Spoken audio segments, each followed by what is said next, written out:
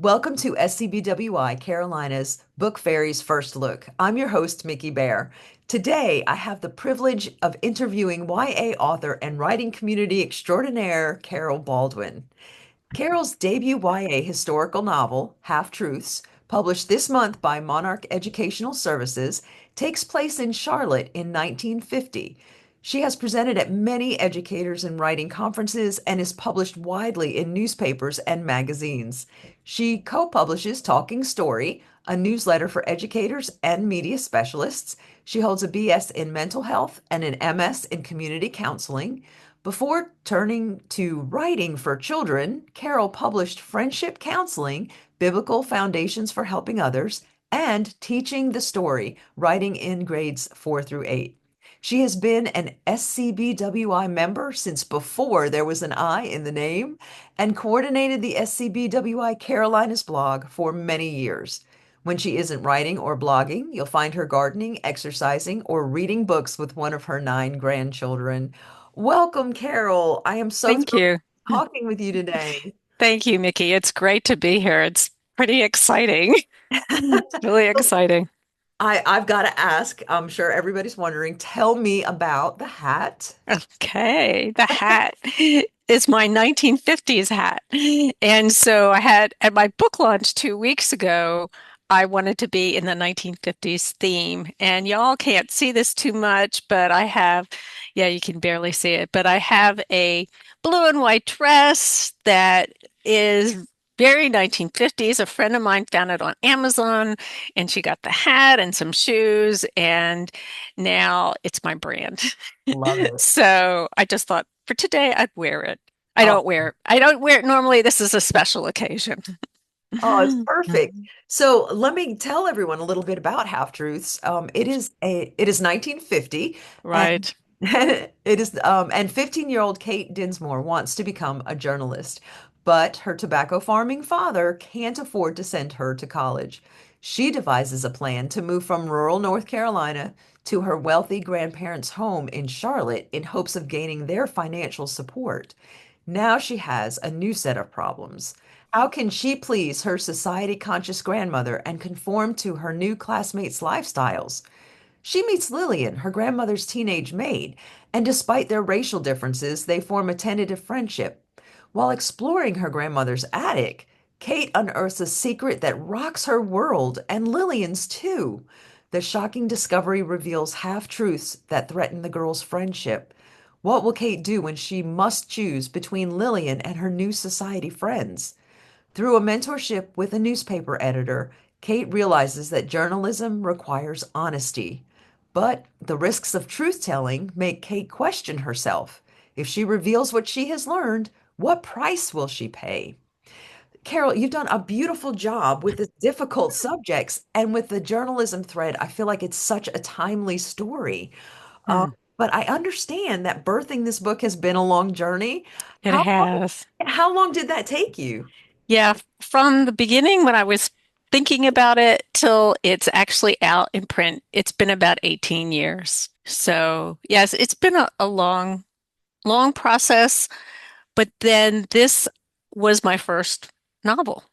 I didn't know about writing a novel. I had written nonfiction before. So those newspaper magazines and articles, most of them, the majority was nonfiction, and I felt very comfortable in that world. I could describe anything to death, but I really wanted to write fiction and I wanted to write for young people. And so I had a lot to learn. And SCBWI was a big part of that, going to conferences, getting critiqued at conferences, going to so many writing workshops and learning the craft of writing a novel because I didn't know that. So that's one of the reasons why it took as long as it did. I didn't know what I was doing. To be honest, I really didn't. Well, what gave you the idea for writing Half-Truths? A lot of people want to know that. And I think there were a couple of things going on. I didn't grow up in Charlotte. I moved here about 40 years ago, raised my kids here, and was curious about what was like here in Charlotte before civil rights. And so that was part of it that led to the story. The other part is Charlotte's not very good at preserving history. So I was curious to know what kind of history lay underneath my feet, if you will. So for example, those of you who have been to Charlotte or live in Charlotte, you know about the South Park Mall. It's a big, fancy, nice, expensive mall. But that area used to be a Governor Morris Cameron's farm back in the day, like in the 20s. And so you'll go around there and you'll see Morrison Library, you'll see Morrison Boulevard, but you don't know why it's named that. And that's true in lots of cities, that things get buried but there's history underneath our feet. And so that was another thing. I was just curious about what had might have taken place. I mean, the story that so I've used and I'm okay, back up. I didn't like history growing up because then learning history and going to history classes was just about learning facts and names, and it wasn't interesting at all. But I am now pretty interested in history and love the stories that are in history and that we can find in history. So I part of the reason it took 18 years was partly to learn how to write a novel, but was also finding that story and finding some real people that I talked to who lived during that period, as well as researching the people who appeared in the book. So there are people um, that were historical characters. And then you have an obligation to make that right as possible. So the story is fictional, but there are real places and real people. I feel like you're doing an amazing job describing the process of writing historical fiction. Let's go back to the research. Tell us about that research and writing process that you had to go through to make this come together. Yes. Um, Besides learning how to write a novel, I also had to learn Charlotte's history. So, and I did that in a couple of ways. One way was by reading books, and another way was going places, and a third way was talking to people. So here's some of the books.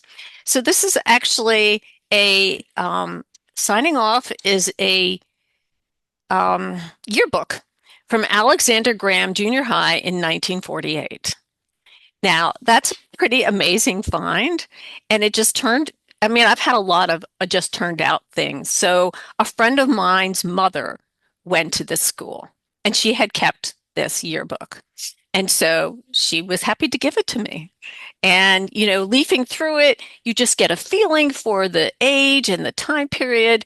And, you look at the pictures of what kids were wearing. And so it's just, I don't know if you can see it. It was just I mean, it's very immersive. So, and it was also interesting. So at Alexander Graham Junior High, I don't know if you're from North Carolina or not, you may or not remember Charles Kuralt. He was a broadcaster and he went to this school.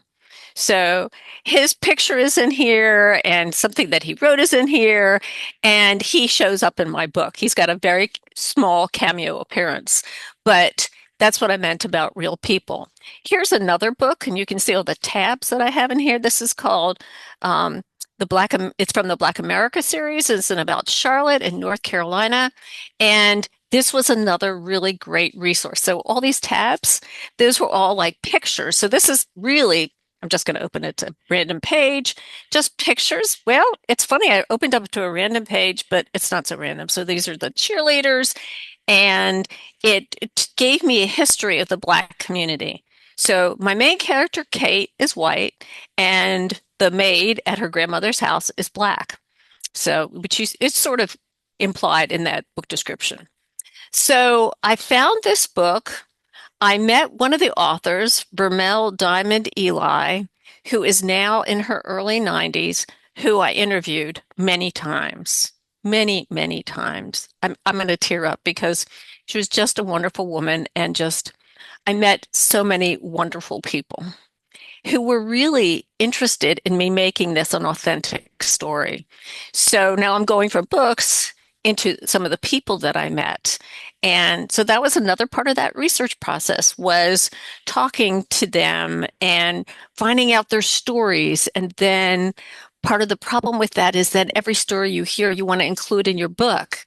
But so I did that and I would go off the trails and um, Rebecca Petruck was one of my early developmental editors, and she kept reminding me to go back to the story because I would go off the story in all sorts of different directions. That's another reason it took so long to write. And Joyce Hostetter, who is publishes, has written non-fiction, historical fiction in Hickory, North Carolina.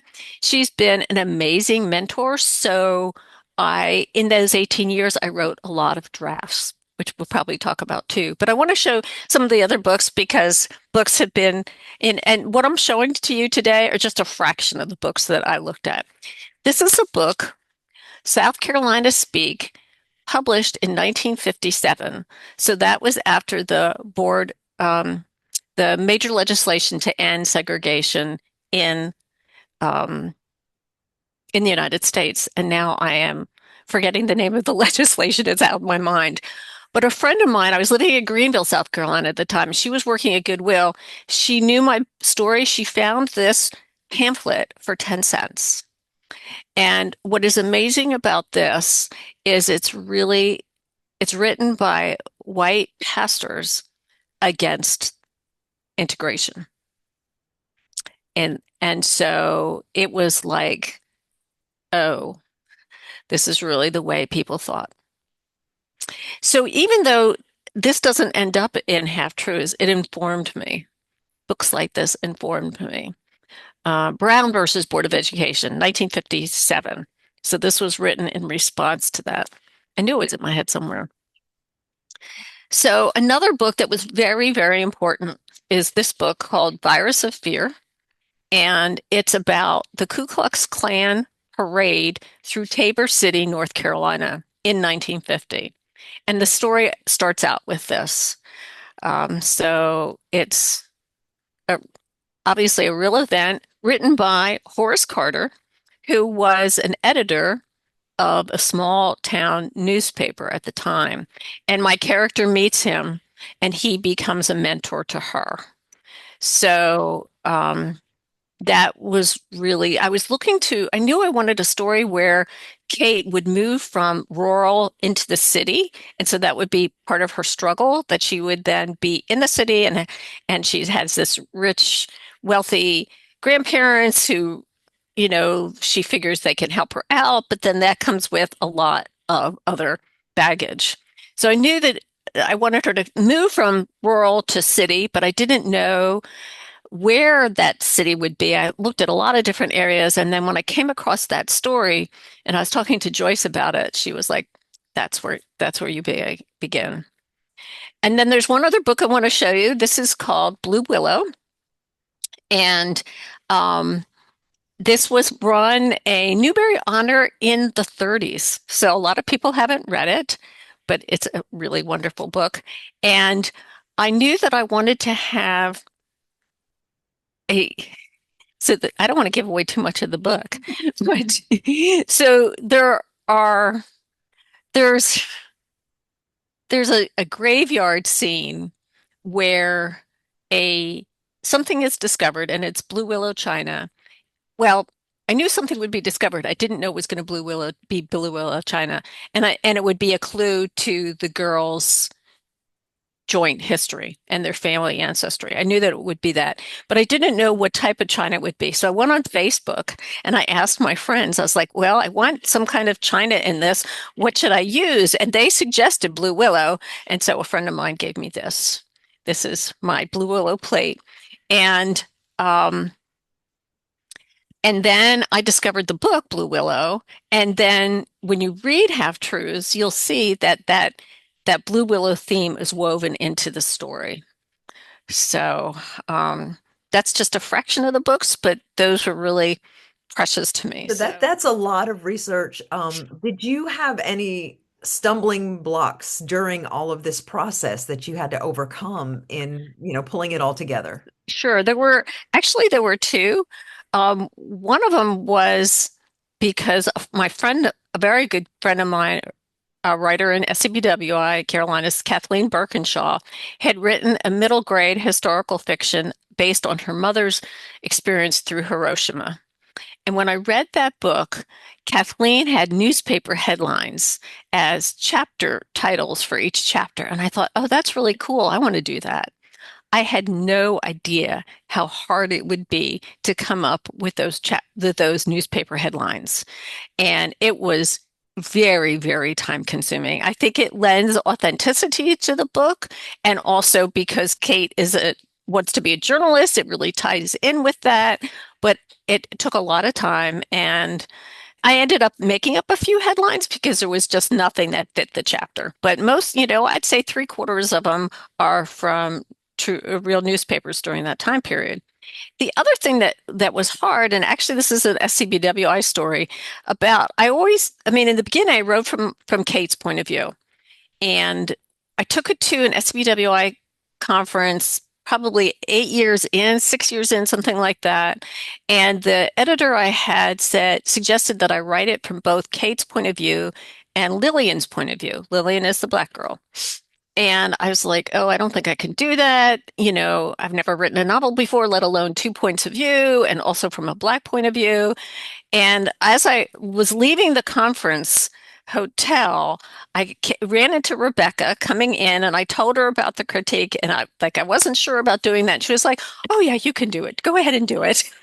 And so I spent 2 years figuring that out, trying to write from both points of view. Writing a story from two points of view is way different. I don't know. I don't know if I'll ever do it again, but I shouldn't say that because maybe I will. But after I did that and was ready to start querying again, I received the feedback that no publisher would take at that point in our society, no publisher wanted a book written by a white woman that was from a black point of view. So I had to go back to what I had been doing. And that was emotionally really hard because by then I was really like, this is the way the book was going to be written. So that was really difficult. I think I took a couple of months off at that point. But then when I decided that I had put too much into it and I loved the story, I was like, okay, I'm going to just keep on going. And then Lillian's voice, I think, was stronger as a result of being in her head that much. So let's talk then about the revision process. What was that like for Well, you? here you go. I mean, that was it. I wrote so many drafts and I didn't know what I didn't know. So, for example, I struggled over the beginning so much in that first chapter, and I didn't know where the story was going to start. And one of the mistakes I made was dwelling so much on that beginning, and rather than just pushing through and creating a messy, rough draft, and I also was trying to get every word right and every, piece of clothing right. And I'd stop the process to look up did they really have wooden escalators in the department stores in 1950? That kind of a thing, rather than just leaving it blank. So there was a lot I didn't know, and there were a lot of drafts. And partly, again, is be because it was my discovering my story, even though I knew what you just read about a white girl and a black girl discovering that they are second cousins, which came along actually. It started out that they were just friends, and then I was like, oh, I can make this even tougher on them. So I knew that that was going to be the kernel of the story, but I kept going away from it in a lot of these drafts. And I needed people who were close to me and close to the story who read it and was like, no, no, you've gotten away from your story. So that was part of the exploring and figuring it out and diving back in again. I don't know how many drafts there were. So this is a very powerful story. What message do you want readers to take away from your I book? mean, it's a YA book, so I'm really hoping that it will open up conversations for teens. And they conversations on a lot of things. I hope that they'll look at their own half-truths. That's one of the things that Kate has to do in this, is she realizes her own ways that she is telling little white lies, as well as confronting the half-truths that have been told to her and her family. So I hope that it opens that kind of introspection, as well as there's a strong theme of reconciliation. And I hope that that's something that kids get too, that it when there's conflict between two people, whether or not it's friends or somebody in your family, you need to take ownership of that and seek out forgiveness for that and to go on. And I think a lot of times in a lot of families, a lot of stuff gets buried under the rug and doesn't get addressed. And so I hope that that happens. And I'm also hoping that it will open people's kids' eyes to being more empathetic towards somebody who is different than themselves, and that it will build bridges. So, what advice do you have for those that are neck deep in research, wondering if there will ever be an end to the edits and rewrites and getting that finished? Yeah, there will be an end, but I think first of all, you have to really love your story to be able to stick with it. Because if you're not passionate about it, then you're not going to be able to communicate that passion on the pages, and you're going to get tired of it. I think that's one of the things that I kept going back to is that I really liked my Kate and Lily. I really like them a lot. I want to be like them when I grow up, both of them. I think they're great spunky characters. So you have to like and be passionate about your story. You have to get I'm not going to tell you anything that you don't already know. You need a thick skin so that you are willing to hear what other people say about your story. That is so important. And I like to teach beginning writers. And so often you have that, oh, I'm not going to change that. That's the way I wrote it. It's right. And I know I felt that way. But honestly, you have to be really ready to receive feedback, whether or not you're in a writing group, and not to get defensive when somebody says, oh, something about your book or your chapter, whatever it is. Or when you start looking for a developmental editor who's like, oh, maybe this part belongs here and that part belongs here, or you got to get rid of all of that. That's just not making your book work. You have to really be willing to work hard and persevere, and get feedback about that story, about your work, and really be willing to listen to it. I just didn't want to give up on the story. I think that that's part of who I am and part of why it's now in print. Well, what is next? Can you tell us about any upcoming projects? Well, what's next right now is my long list of things to do to get half truths out in the world. Oh, and I have to show the book. So I haven't done that. So this is the cover and I really love the cover. And it's the little tagline says, in a house full of secrets, one girl must rewrite the story. So most people should know that even if you're with a big company, I'm with a small company. And so I am my own publicist. And there is a ton of work to do after your book is out in terms of connecting with librarians. Hopefully, I'm hoping to get it into schools, but that's an enormous thing to get it into a school. But that's my dream, is to get it into like a social studies curriculum. But that will take a lot of work. And so that's what I'm doing right now, is finding ways for half truths to get out into the world. But my next book, whenever I decide I'm ready to go on, is actually going to be a prequel to Half Truths. Oh, So wonderful. I want to write her grandfather's story. So her grandfather, you see him in Charlotte in 1950, and he's in his 70s, but he's a fairly wealthy man, but he grew up in poverty in South Jersey, and he was a glass blower's apprentice.